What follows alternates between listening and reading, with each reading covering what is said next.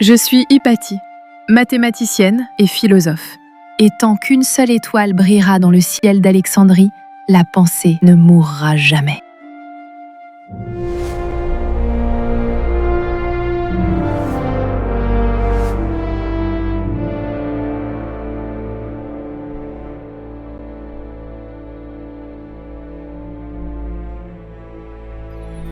Hypatie d'Alexandrie, le dernier flambeau du savoir. Au crépuscule de l'Antiquité, alors que les empires vacillent et que les dieux anciens disparaissent lentement dans les flammes du fanatisme et des guerres de pouvoir, une femme se dresse au cœur de la plus grande cité du savoir, Alexandrie. Une ville immense tournée vers la Méditerranée, une ville de marbre, de lumière et de tumulte. Une ville où se croisent philosophes, marchands, astronomes, prêtres, soldats et érudits venus des quatre coins du monde antique.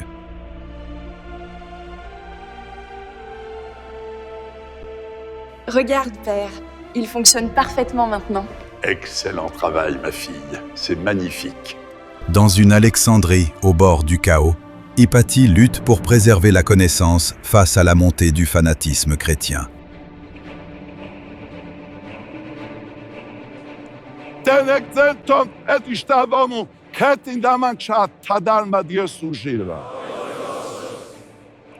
Hypatie d'Alexandrie fut la dernière grande lumière d'un monde en train de s'effondrer.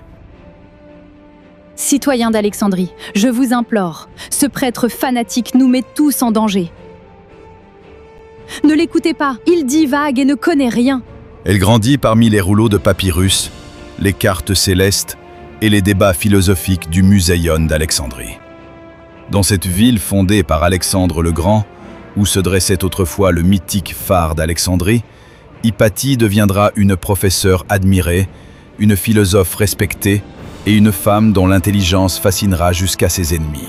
Son enseignement dépassait largement les mathématiques. Elle enseigne l'ordre du cosmos, la beauté de la raison, l'harmonie invisible qui relie les êtres humains au mouvement des astres.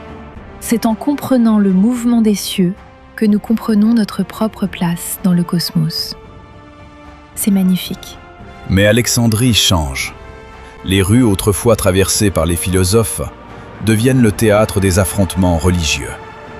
Les temples ferment. Les bibliothèques brûlent. Les certitudes remplacent les questions.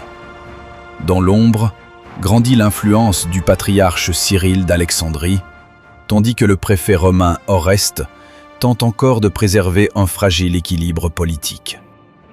Mais depuis l'empereur Constantin, les choses ont changé. Rome considère la chrétienté comme sienne. Le christianisme, en ce début du 5e siècle, est en passe de devenir la religion officielle de Rome, donc de l'Occident. Au milieu du chaos, Hypatie devient un symbole. Pour certains, elle représente la sagesse. Pour d'autres, elle incarne un monde ancien qu'il faut détruire.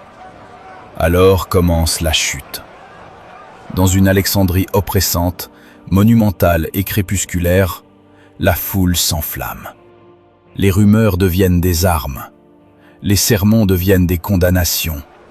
Et en mars 415 après Jésus-Christ, l'histoire bascule. Arrachée à son char au cœur de la ville, Hypatie est traquée par une foule fanatisée.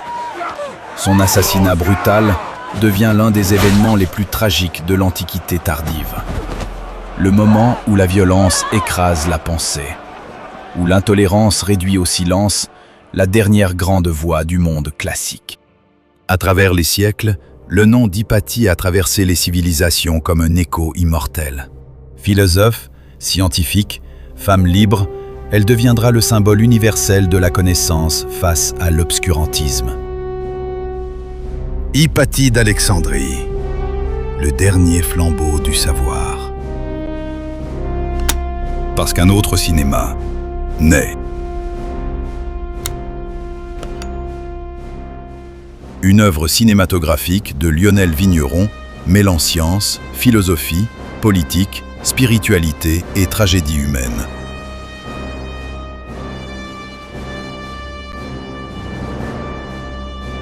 The Time Machine.